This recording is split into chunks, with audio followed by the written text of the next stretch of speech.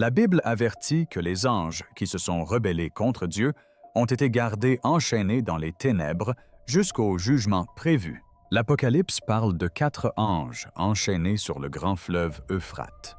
Or, alors que ce fleuve antique se retire rapidement, des témoignages d'ouverture obscures de grottes, cachées d'étranges créatures ailées de cris venus des profondeurs et de signes terrifiants, ont poussé des croyants du monde entier à prier.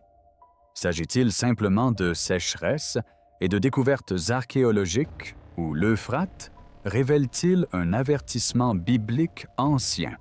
Avant d'aller plus loin, prenez un instant pour aimer cette vidéo, partagez votre prière en commentaire et abonnez-vous pour découvrir d'autres études bibliques. Car ce qui apparaît sous le fleuve n'est peut-être pas la fin de l'histoire, c'est peut-être le commencement. L'Euphrate se retire, et ce qu'il laisse derrière lui est profondément inquiétant. Là où l'eau recouvrait jadis la terre, une boue craquelée s'étend désormais sur le lit du fleuve. Des trous sombres apparaissent dans la terre mise à nu. Des entrées de grottes s'ouvrent comme des portes scellées enfin dévoilées. De profondes crevasses traversent la boue et mènent à des lieux insoupçonnés. Depuis des millénaires, l'Euphrate revêt une importance biblique. Genèse 2,14 les cite parmi les fleuves, liés au monde primitif. Plus tard, Apocalypse 16,12 évoque l'assèchement du grand Euphrate, avant que ne se produisent les grands événements de la fin des temps. C'est pourquoi ce moment a suscité autant d'attention. Pour de nombreux croyants, il ne s'agit pas simplement d'un fleuve qui se tarit. C'est un lieu prophétique qui se transforme sous les yeux du monde. Les habitants auraient commencé à remarquer d'étranges ouvertures le long du lit asséché de la rivière. Certaines semblaient être de simples traces d'érosion. D'autres paraissaient plus sombres, plus profondes et plus intentionnelles.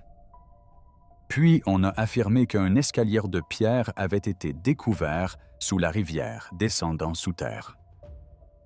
Les marches étaient, dit-on, polies par le temps, comme si elles avaient été utilisées depuis longtemps.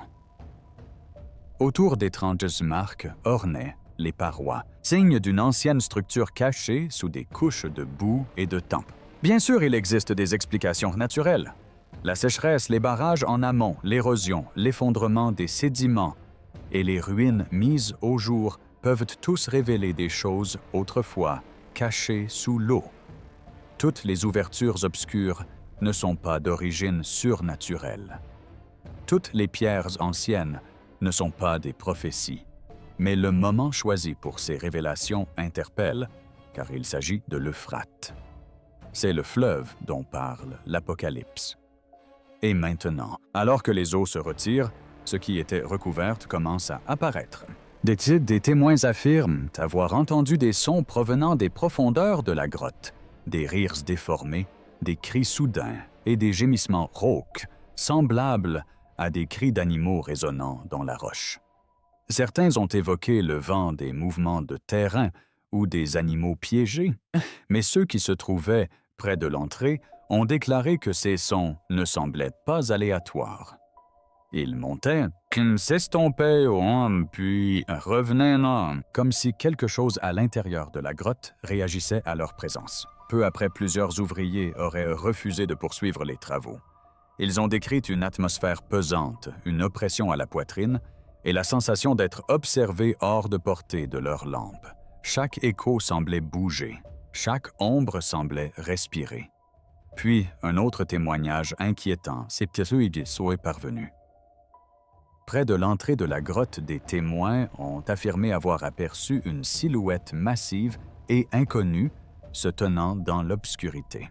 Il fut décrit comme plus grand qu'un homme normal, avec des bras et des jambes anormalement longs, un corps maigre et une silhouette presque humaine sans toutefois l'être tout à fait. La silhouette serait apparue un instant près de l'entrée avant de disparaître derrière les rochers. Les enquêteurs auraient également trouvé des empreintes de pacaprin dans la boue et des symboles en forme de cornes gravés dans la pierre avoisinante. Pour les sceptiques, il pourrait s'agir d'empreintes d'animaux de vieilles marques d'ombre ou de la peur transformant des formes ordinaires en quelque chose d'effrayant. Mais pour de nombreux croyants, ces images revêtaient une signification spirituelle plus sombre. La Bible associe souvent les lieux désolés aux ténèbres spirituelles. Isaïe 13, 21 décrit des bêtes sauvages habitant des lieux en ruine, et Isaïe 34, 14, dans la version King James, parle de Dieu qui crie les uns aux autres dans un pays désolé. Ces versets ne prouvent pas ce qui se trouve à l'intérieur de la grotte de l'Euphrate, mais ils montrent comment l'Écriture utilise les ruines, le désert et les créatures étranges comme image du jugement et du vide spirituel. Le Nouveau Testament est encore plus clair. Jésus a autorité sur les esprits impurs. Dans Marc 1, 2, 7, un esprit impur cria, mais Jésus le réprimanda, et la foule fut stupéfaite que même les esprits impurs lui obéissent. Dans Luc 8, 33, Jésus délivra un homme tourmenté par des démons.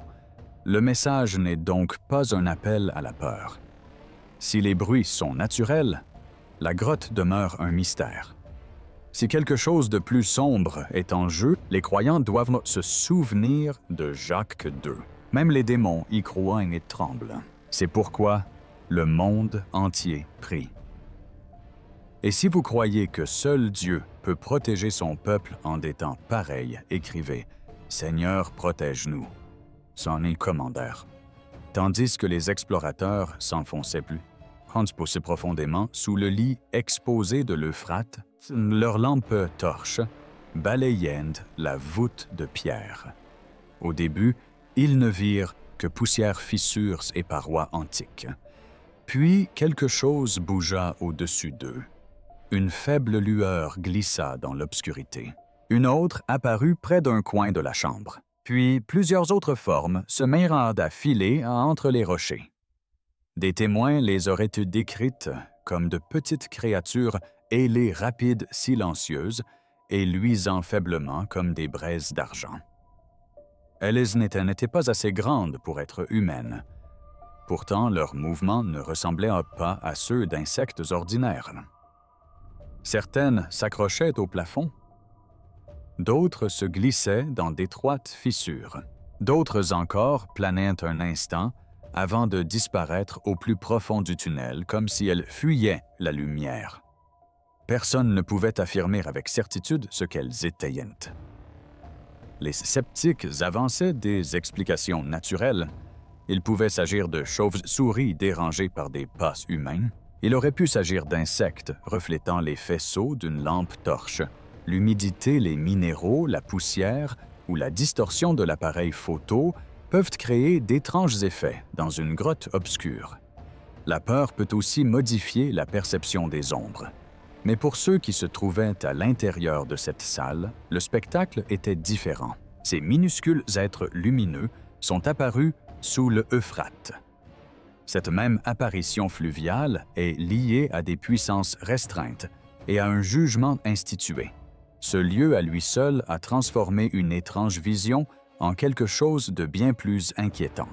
La Bible n'appelle pas les croyants à accepter toutes les rumeurs, mais elle révèle que le monde invisible est réel. Jude 1,6 dit que les anges, qui n'ont pas gardé leur autorité, mais qui ont abandonné leur demeure, ont été gardés enchaînés pour l'éternité dans les ténèbres jusqu'au jugement du grand jour. Et 2, Pierre 2,4 dit que Dieu n'a pas épargné les anges qui ont péché, mais les a plongés dans les ténèbres profondes, pour y être gardés jusqu'au jugement. Ces versets ne prouvent pas que les créatures étaient des anges déchus. Ils ne prouvent pas que chaque mouvement à l'intérieur de la grotte était surnaturel. Pourtant, ils expliquent pourquoi les témoignages se sont répandus si vite. Lorsque d'étranges êtres scellés sont prétendument aperçus sous l'Euphrate, de nombreux croyants pensent immédiatement aux Écritures, à la contrainte aux ténèbres et au jugement dernier. Puis vint le détail qui troubla le plus les gens. Les témoins se racontèrent que les créatures ne volaient pas vers l'entrée. Elles s'enfoncèrent toutes plus profondément dans la grotte, vers un passage inférieur d'où s'élevait un air froid, comme si elles appartenaient à quelque chose de caché plus profondément, sous le lit du fleuve. Gardaient-elles quelque chose enfoui au plus profond? Où étaient-elles, prisonnières sous l'Euphrate depuis des siècles, attendant un tour en silence que les Goths se retirent enfin, mais ce qui apparut ensuite n'était pas une autre créature, c'était la guerre. Selon les rapports sous l'Euphrate, à ciel ouvert, des chercheurs auraient découvert une chambre secrète tapissée d'armes antiques. Des épées gigantesques reposaient contre des murs de pierre. De longues lances étaient alignées en rangs ordonnés. De lourdes plaques d'armure se dressaient, noircies par le temps, comme si elles avaient été placées là intentionnellement, puis scellées à l'abri du monde. Ce qui rendait cette découverte si troublante, c'était l'ordre qui y régnait. Ces armes n'étaient pas éparpillées comme des ruines après une bataille. Elles semblaient rangées, préservées comme en attente. Rien ne semblait accidentel. Rien ne paraissait aléatoire. Ce n'était pas le chaos d'un champ de Babatitia, mais le silence des préparatifs. Certaines armes étaient, paraît-il, trop imposantes pour des hommes ordinaires. Les épées paraissaient incroyablement lourdes. Les lances semblaient conçues pour des mains, plus robustes que celles des humains. Les armures semblaient faites pour des corps plus imposants que ceux de soldats ordinaires. C'est pourquoi de nombreux spectateurs ont rapidement fait le lien entre cette découverte et les légendes antiques de géants et de guerriers du monde ancien. Genèse 6.4 dit « Les Néphilim étaient sur la terre en ces temps-là, et les décrit comme les héros d'autrefois, les hommes de renom. » Ce verset ne prouve pas que les armes appartenaient aux Néphilim. Il ne confirme pas que des géants portaient ces lames. Mais c'est lorsque des armes surdimensionnées seraient découvertes sous l'Euphrate fleuve déjà associé à la prophétie, le lien devient difficile à ignorer pour de nombreux croyants. Joël 3.10 dit « Forgez vos socs en épée et vos serpes en lance. » Ce sont les paroles des nations qui se préparent à la guerre. Pourtant, le psaume 46.9 déclare que Dieu fait cesser les guerres jusqu'aux extrémités de la terre. Il brise l'arc et met en pièces la lance. C'est là le message. L'homme forge des armes, Dieu les brise. L'homme se prépare au combat, Dieu seul apporte la paix. Tandis que des armes antiques seraient découvertes sous l'Euphrate, les nations à la surface aiguisaient également leurs épées. La terre se souvient de la guerre et l'humanité demeure muette. Je répète. Attendez une seconde. Cliquez sur « J'aime », laissez un commentaire ci-dessous et n'oubliez pas de partager cette vidéo avec vos amis. Bien, continuons. Puis les signes ne furent plus cachés sous terre. Ils apparurent au grand jour. Des villages près de l'Euphrate auraient commencé à observer des essaims d'insectes sombres s'élever au-dessus des berges. Il ne s'agissait pas de simples nuages d'insectes emportés par le vent. Les témoins les décrivaient comme denses, agités et d'une agressivité inhabituelle, se déplaçant sur la boue à nu avec un étrange bourdonnement métallique. Le bruit semblait vibrer dans l'air, obligeant les gens à s'arrêter à écouter et à regarder avec crainte vers la rivière qui s'asséchait. Puis arrivèrent les oiseaux. Des corbeaux et des merles se seraient rassemblés en grand nombre près des berges tournoyant au-dessus du sol craquelé avant de se disperser soudainement sans qu'aucune menace ne soit visible. Certains volaient en spirale, d'autres s'élevaient du sol d'un seul coup, comme effrayés par quelque chose d'invisible aux autres. Pour les spectateurs, c'était comme si la nature elle-même réagissait à un trouble invisible. Bientôt, les observations ne se limitèrent non plus aux insectes et aux oiseaux. On vit des moutons tourner en rond pendant de longues périodes. Des chiens aboyaient dans le vide, puis reculaient effrayés. Le bétail refusait de s'alimenter. Des oiseaux se déplaçaient étrangement au-dessus de la rivière. Des poissons commencèrent à mourir dans les sources et les eaux, peu profondes, tandis que les chenaux devenaient un plus chauds, plus bas et plus instables. Les scientifiques avancent des explications possibles. La sécheresse peut détruire les habitats. Un faible taux d'oxygène peut tuer les poissons. L'eau contaminée peut affecter les animaux.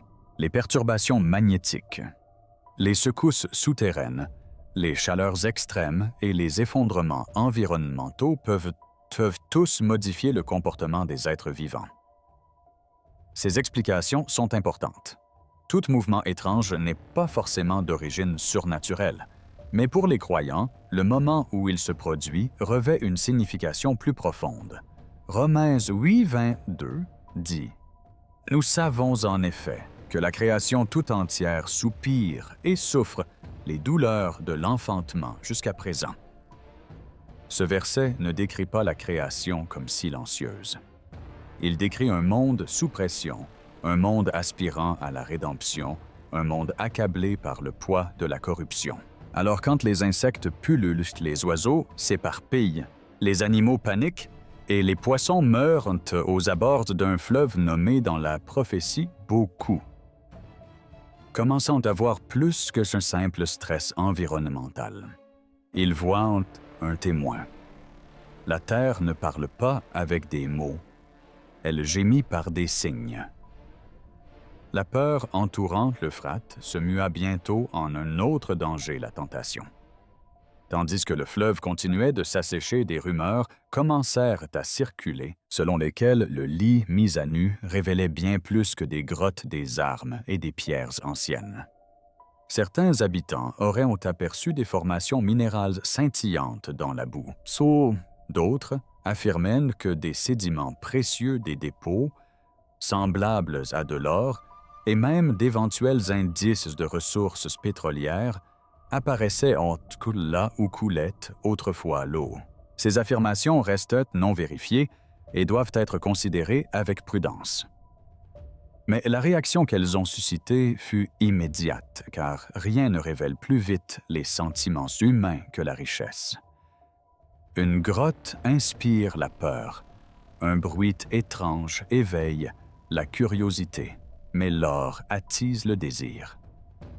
L'Euphrate revêt également une importance particulière dans la tradition islamique relative à la fin des temps. Un hadith bien connu avertit que l'Euphrate révélera une montagne d'or et que les hommes se la disputeront. Depuis des générations, érudits et croyants débattent de sa signification. Certains l'interprètent comme de l'or au sens propre. D'autres y voient un symbole de pétrole, de minéraux ou de précieuses ressources enfouies sous terre. Mais l'avertissement demeure le même. Lorsque le trésor apparaît, la cupidité peut dresser les hommes, les uns contre les autres. C'est pourquoi ces rumeurs sont si inquiétantes. Si de précieuses ressources sont réellement découvertes sous l'Euphrate, le monde ne se contentera pas de s'interroger sur leur nature. Les nations pourraient se demander qui les contrôle. Les entreprises pourraient s'interroger sur qui en tire profit. Les gouvernements pourraient s'interroger sur la propriété du terrain. Et les gens pourraient tomber dans l'un des plus vieux pièges de l'humanité, croyant que la richesse peut les sauver. L'Apocalypse chapitre 18 lance un avertissement similaire à travers la chute de Babylone. Elle décrit un système puissant fondé sur le luxe, le commerce, l'orgueil et la corruption. À la chute de Babylone, les marchands du monde entier pleurent, car leur richesse s'effondre avec elle. Ce chapitre ne parle pas seulement d'argent. Il décrit un monde qui vénère l'or, le pouvoir et la gloire humaine, oubliant Dieu. C'est là le poids spirituel des rumeurs concernant l'Euphrate. Que ces récits soient vrais, exagérés ou mal interprétés, Ils révèlent une vérité plus profonde. L'humanité craint les ténèbres souterraines et pourtant, elle s'incline souvent devant les trésors lorsqu'ils apparaissent. On tremble devant les grottes cachées, mais on court après les richesses enfouies. On prie quand le danger menace, mais on oublie Dieu à l'arrivée du prophète. La question n'est donc pas seulement de savoir ce qui se cache sous le fleuve. La question est de savoir ce qui se passe dans le cœur humain quand l'or est mis au jour. Car si l'Euphrate révèle des trésors dans un monde déjà déchiré par la guerre, la cupidité et la peur, le plus grand danger, ne se trouvent peut-être pas sous la vase. Ils résident peut-être au cœur même de l'humanité. Partout dans le monde, on observe un autre schéma se dessiner. Guerres, catastrophes et bruits étranges. Conditions météorologiques instables et peurs qui se propagent de nation en nation. Un fleuve s'assèche au Moyen-Orient, mais les secousses semblent bien plus vastes. Ce n'est pas seulement le sol sous l'Euphrate qui tremble. C'est le monde entier. Jésus a averti dans Matthieu 24, 6, 7. Vous entendrez parler de guerre et de bruit de guerre. Il a poursuivi, une nation se dressera contre une nation, un royaume contre un royaume. Il y aura des famines et des tremblements de terre en divers lieux. Ces paroles n'ont pas été prononcées pour semer la panique. Ces paroles furent prononcées pour que les croyants ne restent pas endormis lorsque les signes commenceraient à se multiplier. Aujourd'hui, le monde paraît de plus en plus fragile. Des conflits éclatent. Les nations se menacent mutuellement. Les alliances se font et se défont. La puissance militaire s'accroît. Les familles suivent l'actualité et se demandent où éclatera la prochaine guerre. On parle de paix en public. Mais en coulisses, les gouvernements préparent le conflit. Les armes antiques prétendument découvertes sous l'Euphrate semblent soudain symboliser le monde moderne. L'humanité continue d'affûter ses épées, même lorsqu'elle prétend rechercher la paix. Mais la guerre n'est pas le seul signe. La terre elle-même semble agitée, les inondations surgissent soudainement. Les tempêtes détruisent des maisons, les incendies ravagent les forêts. Des tremblements de terre secouent des régions entières, sans prévenir. Sécheresse rivière à sec. Un phénomène qui semblait autrefois immuable. Chaleur, vin chaud et feu font régulièrement la une des journaux nous rappelant notre insignifiance. La science peut expliquer nombre de ces catastrophes par les phénomènes météorologiques, les pressions climatiques, les mouvements géologiques et les dommages environnementaux. Ces explications sont importantes, mais l'Écriture enseigne aussi que la création n'est pas silencieuse. Romains 8, 22 dit « Car nous savons que jusqu'à présent, la création tout entière soupire et souffre les douleurs de l'enfantement. » L'adversité donne une dimension spirituelle à ce que les gens voient. La création gémit. La terre réagit. Le monde porte le fardeau de la corruption.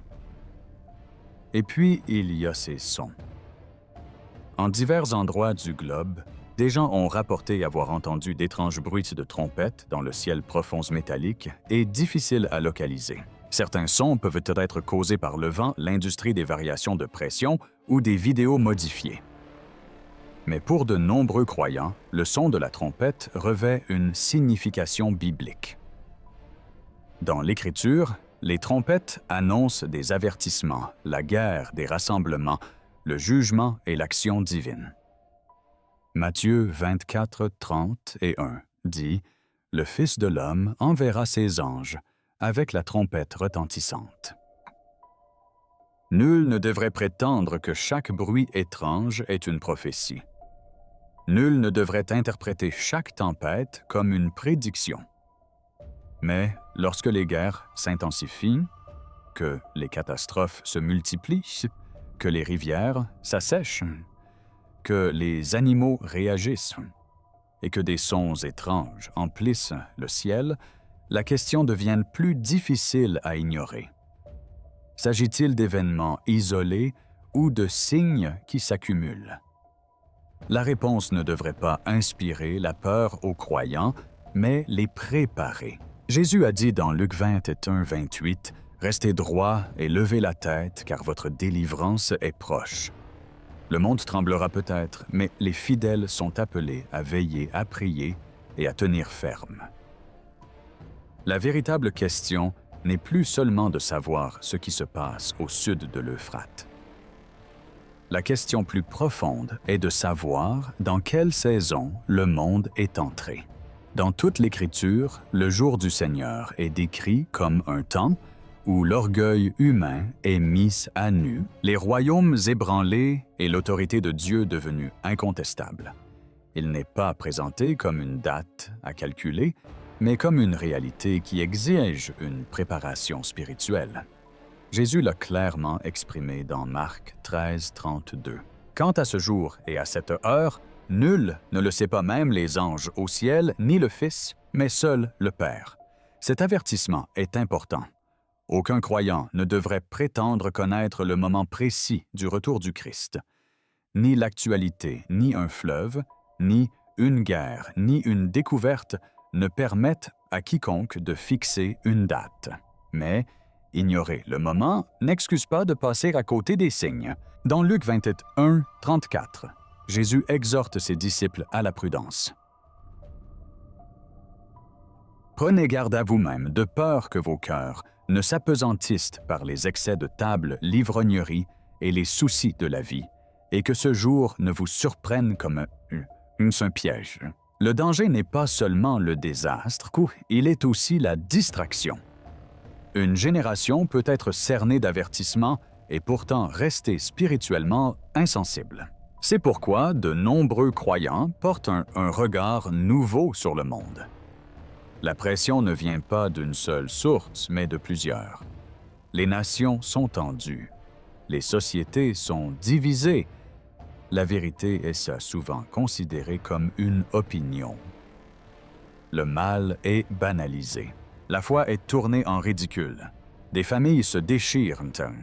Les gens sont épuisés en colère divertie et distraits à la fois. Paul nous a mis en garde contre ce climat spirituel dans 2 Timothée 3, 1, 2.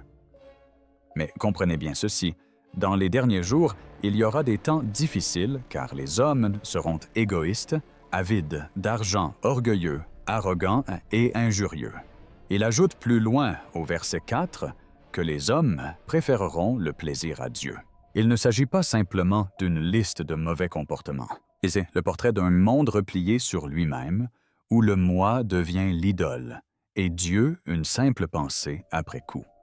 Parallèlement, les systèmes modernes se développent à une vitesse que les générations précédentes auraient à peine pu imaginer. L'intelligence artificielle peut imiter les voix, créer des images et influencer les décisions. L'identité numérique permet de suivre les accès, les déplacements et les vérifications. Les systèmes biométriques peuvent connecter le corps à la sécurité, aux services bancaires, aux voyages et aux données personnelles. Les paiements sans espèces se généralisent dans de nombreux endroits. Il ne faut surtout pas qualifier tout cela à la légère de marque de la bête. Apocalypse 13, 16 dit « La bête fait qu'on leur donne une marque et que personne ne puisse acheter ni vendre sans avoir cette marque. » L'accomplissement final dépend du calendrier prophétique de Dieu. Mais pour de nombreux croyants, les technologies actuelles montrent comment un tel contrôle pourrait un jour devenir possible. Il ne s'agit donc pas de paniquer, mais de discerner. Le monde change peut-être rapidement, mais le Christ, lui, n'a pas changé. Les systèmes humains peuvent prospérer, mais ils ne peuvent pas dominer Dieu. Les fidèles ne sont pas appelés à craindre chaque évolution, mais à tout examiner, à demeurer enracinés dans les Écritures et à refuser tout compromis spirituel. 1 Pierre 4,7 dit « La fin de toute chose est proche. Par conséquent, Faites preuve de maîtrise de soi et de lucidité pour le bien de vos prières. Voilà la réponse pour aujourd'hui, un regard clair, une foi inébranlable et un cœur disposé devant Dieu. Le message final ne parle pas d'une grotte, mais d'un éveil. Tout au long de cette histoire, l'Euphrate s'est dressé comme un témoin silencieux entre le monde antique et le monde moderne. Pendant des générations, on a longé ses eaux, étudié son histoire et lu son nom dans les Écritures, sans imaginer qu'un jour, le fleuve lui-même deviendrait le centre de crainte, de prière et de débat à l'échelle mondiale. Mais aujourd'hui, alors que se répandent des témoignages d'ouverture cachés de mouvements étranges, de signes anciens et d'avertissements sous ces rives nombreux, sont ceux qui se demandent si quelque chose de longtemps contenu ne commence pas à refaire surface. L'expression « la prison s'ouvre » ne signifie pas que le monde détient toutes les réponses. Elle signifie simplement que le voile se lève. Des choses autrefois cachées sont désormais discutées. Des passages autrefois négligés sont relus. Ceux qui ignoraient les prophéties s'ouvrent désormais à la révélation. Des familles qui ne prieront jamais pour les événements du monde prient ensemble. Les églises exhortant les croyants à rester vigilants. Même les sceptiques se demandent pourquoi ce fleuve, parmi tous les fleuves, attire autant l'attention. C'est peut-être là le signe le plus important, non pas les ténèbres souterraines, mais le réveil du cœur humain. Car lorsque Dieu permet que les choses cachées soient révélées, il ne dévoile pas seulement le mystère, il dévoile l'humanité. Que font les hommes lorsque la peur s'installe? Se moquent-ils? Paniquent-ils? Se laissent-ils guider par les rumeurs? Ou reviennent-ils humblement au Seigneur? La Bible n'ordonne jamais aux croyants d'adorer les signes. Elle leur dit de suivre le Christ. Les signes peuvent ébranler le monde, mais Jésus est le fondement inébranlable. La prophétie peut révéler la gravité de l'heure, mais le salut se trouve toujours au même endroit par la repentance, la foi et l'abandon à Dieu. Si l'Euphrate ne fait que révéler une histoire oubliée, alors le monde est témoin d'un puissant rappel que le temps n'enterre rien pour toujours. Si ces récits sont exagérés, ils révèlent néanmoins combien les gens ont soif de sens en ces temps troublés. Mais si ce schéma indique quelque chose de plus profond, et alors la réponse ne peut être le divertissement. Elle doit être la prière. La prison s'ouvre peut-être, mais la porte de la miséricorde demeure ouverte. Voilà l'espoir. Les ténèbres peuvent effrayer le monde, mais ils ne le dominent pas. Le mal peut s'agiter, mais il ne règne pas. L'avenir peut sembler incertain aux yeux de l'homme, mais il ne l'est pas pour Dieu. Le même Seigneur qui commande aux cieux gouverne les nations et juge le royaume invisible, appelle encore les hommes à se réveiller avant l'heure finale. Alors, ne terminez pas cette histoire par la peur, mais par la préparation. Priez pour le discernement. Protégez votre cœur. Revenez aux Écritures. Soyez attentifs aux signes, mais gardez les yeux fixés sur le Christ. Si ce message a touché votre cœur, prenez un instant pour aimer cette vidéo, partagez vos réflexions dans les commentaires et vous abonner pour découvrir d'autres études bibliques. Merci d'avoir regardé jusqu'au bout. Persévérez dans la prière, restez vigilants et que Dieu vous protège, vous et votre famille. Pendant des siècles, les théologiens ont débattu de la véritable signification de cette prophétie. Certains y voyaient un symbole de changement politique, d'autres une description littérale d'un événement lié aux derniers jours précédant le retour du Christ. C'est pourquoi tant de personnes sont attentives aux événements inhabituels qui se produisent autour de ce fleuve. Pour les croyants, l'Euphrate n'est pas seulement un lieu géographique, il représente une frontière prophétique profondément ancrée dans l'histoire biblique. De la Genèse à l'Apocalypse des origines de l'humanité, aux avertissements concernant la fin des temps, les chercheurs continuent de pointer du doigt l'effondrement de l'environnement, l'érosion, l'instabilité géologique, les perturbations atmosphériques et la psychologie humaine. Et ces explications sont importantes. Mais pour beaucoup de ceux qui observent ces événements se dérouler, la question fondamentale n'est pas de savoir si chaque événement peut s'expliquer individuellement. C'est plutôt de comprendre pourquoi tant de choses inquiétantes semblent se produire simultanément. La Bible nous avertit à maintes reprises que les choses cachées seront un jour révélées. Luc 12,2 dit « Car il n'y a rien de caché qui ne doive être découvert, ni de secret qui ne doive être connu. » Et c'est peut-être ce qui rend ce moment si pesant pour tant de personnes à travers le monde.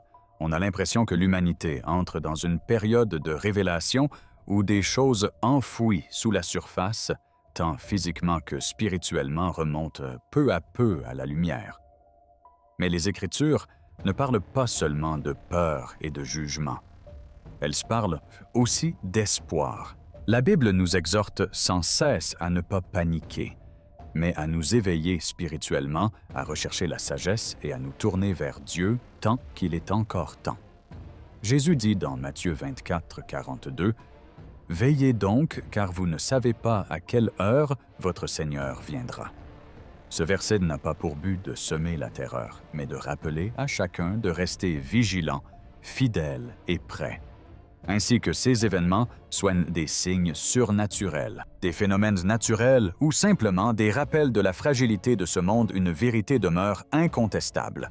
L'humanité ne peut fonder tout son espoir sur les gouvernements, la technologie, la richesse ou la stabilité terrestre. Seul Dieu demeure immuable lorsque tout vacille. Prions. Père céleste, dans un monde empli de peur, de confusion et d'incertitude, accorde-nous sagesse et discernement.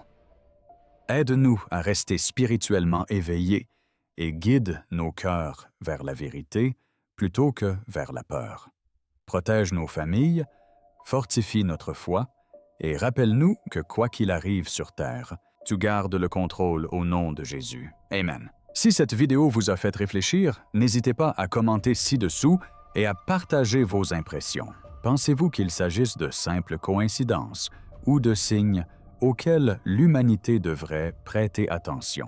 Si cette enquête vous a plu, merci de liker la vidéo, de vous abonner à la chaîne et merci de votre attention.